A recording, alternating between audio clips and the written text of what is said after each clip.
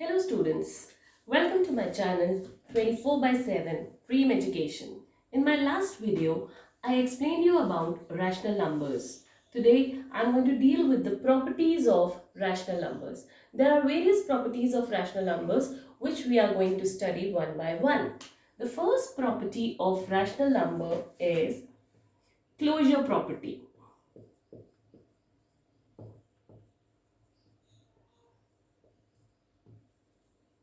Now, what does closure property says? Closure property says if there are any two rational numbers, let's say A and B. So, let A and B are two rational numbers. Then, A plus B is a rational number.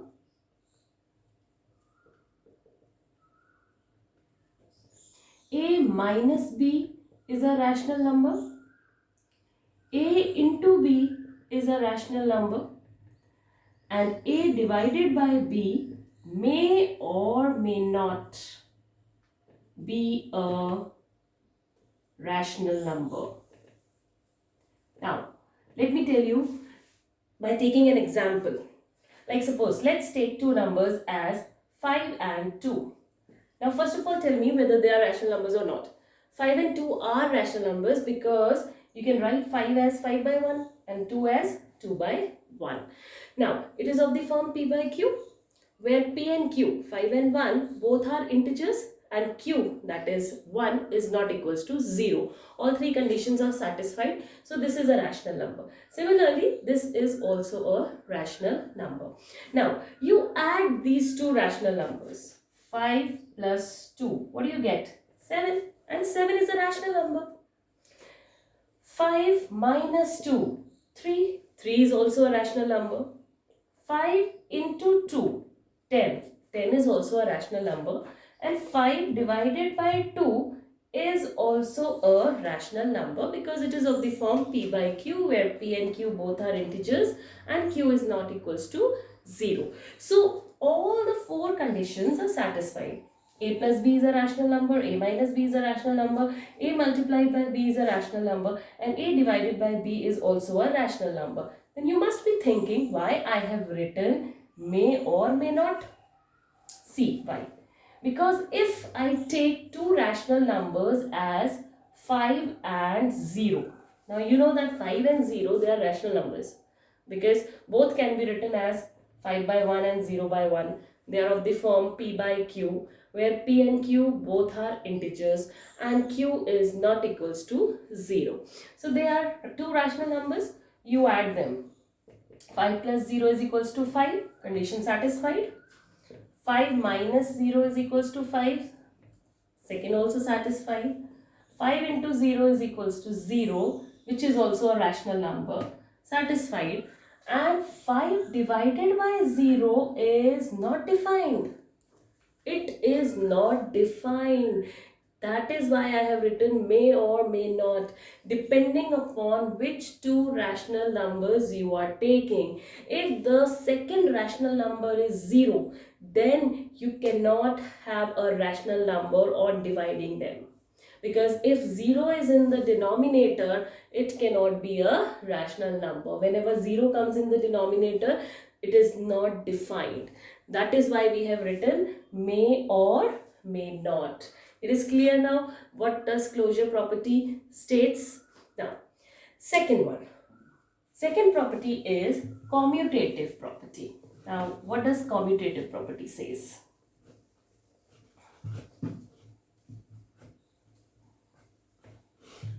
Commutative property says that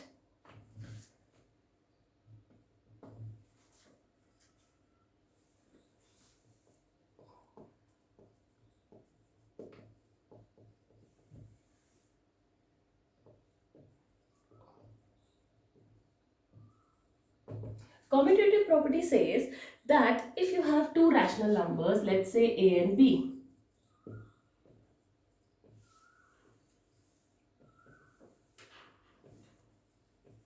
then A plus B is always equals to B plus A.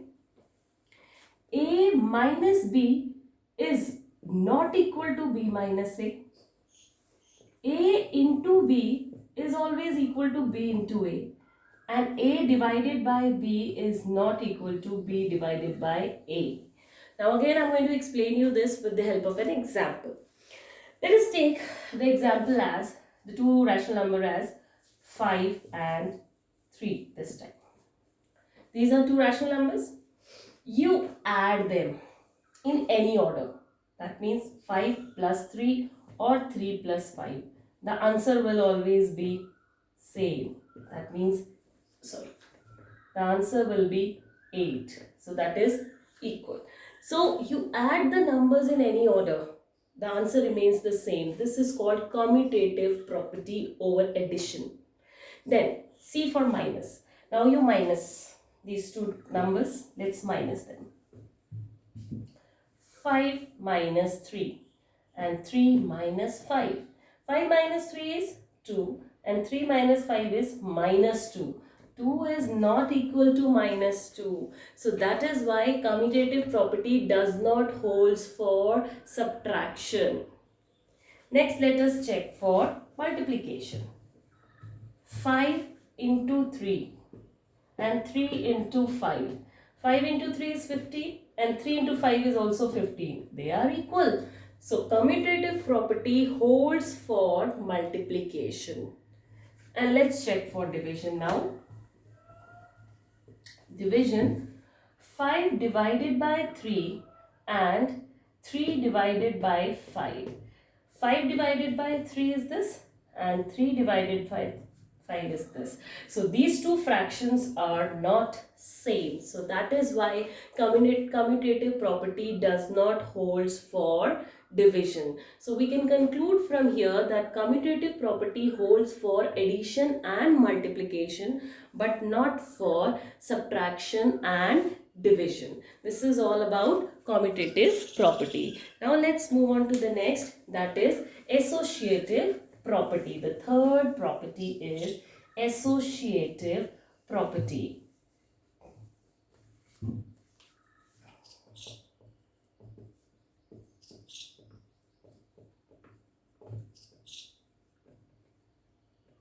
Now, what does associative property says? Associative property says that let us assume three rational numbers now this time. Let A, B and C are three rational numbers. Then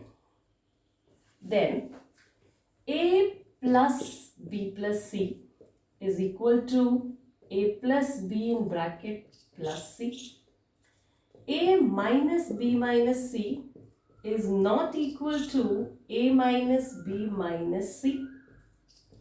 A into B into C is equal to A into B into C, and A divided by B divided by C is not equal to A divided by B divided by C. Now, what does it mean? Let's see. It says that if A, B, C are three rational numbers, then you add them in any order. Any order means here, if you can see, B plus C is in bracket. So you add B and C first and then A, or you add A and B first and then C. The answer will remain same. But in subtraction, it will not. In multiplication, it will be. In division, it will be not. Now, let's check with the help of an example. Now, let's take the three rational numbers as 5, 4 and 2. 5, 4 and 2. Let's check for the addition first. 5 plus in bracket 4 plus 2, and here 5 plus 4 in bracket and then 2. Always solve the bracket first. According to Bordoma's rule, Bordoma's B means bracket. Solve the bracket first. Whenever we have bracket, we need to solve the bracket first. So 4 plus 2 is 6 and 5 plus 6 is 11. Similarly here, solve the bracket first. 5 plus 4 is 9 and 9 plus 2 is 11. So if you see, both are equal. 11 is equals to 11. That means associative property holds for addition. Let's check for subtraction now. Let's check for subtraction. So children, for subtraction it is 5 minus 4 minus 2, and here it will be, so let me take this in bracket as I have written these two in brackets, so let me keep them only in bracket, and here it will be 5 minus 4 and then minus 2. So accordingly, like this I have written, left hand side and right hand side. Let's solve the bracket first. 4 minus 2 is 2, 5 minus 2 is 3. Here 5 minus 4 is 1 and 1 minus 2 is minus 1. So 3 is not equal to minus 1. That means associative property does not hold for subtraction. That is why it is written not equal to. Now let's check for multiplication.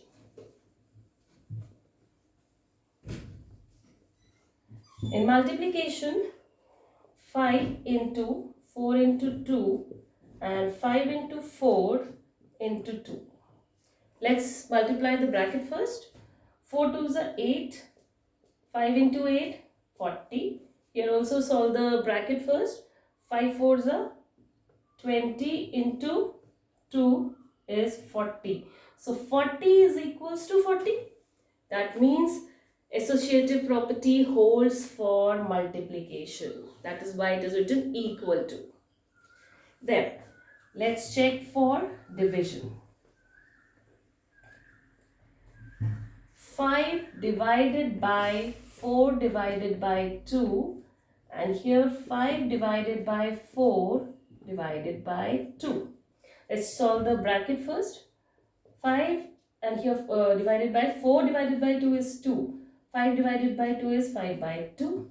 Here 5 divided by 4 is 5 by 4 and divided by 2. So when you change the divide sign into multiplication, this will get reciprocal. 2 means 2 by 1. So when you reciprocal it, it will be 1 by 2. So it will be 5 by 8. So 5 by 8 is not equal to 5 by 2. So that is why we say associative property does not hold for division.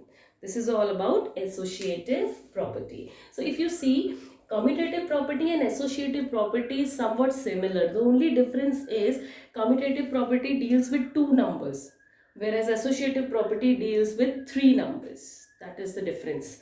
Then we come to the fourth property, which is called distributive property, and this will be used very much in your senior classes also. Distributive property. Now what does this distributive property says? Distributive property says that if there are three rational numbers, let A, B and C. So this is the fourth property, distributive property. If there are 3 rational numbers A, B and C, then distributive property says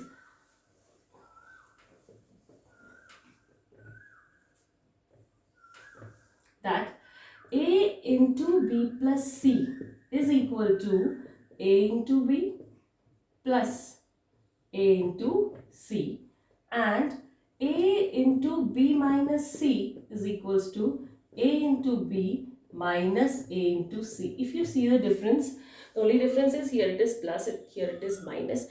So if you multiply a number and these two rational numbers are inside the bracket, then when you open the bracket, the number which is written outside the bracket gets multiplied with each and every number inside the bracket. That is what distributive property says, that here it is outside the bracket. So when you open the bracket, A will be multiplied by B as well as C.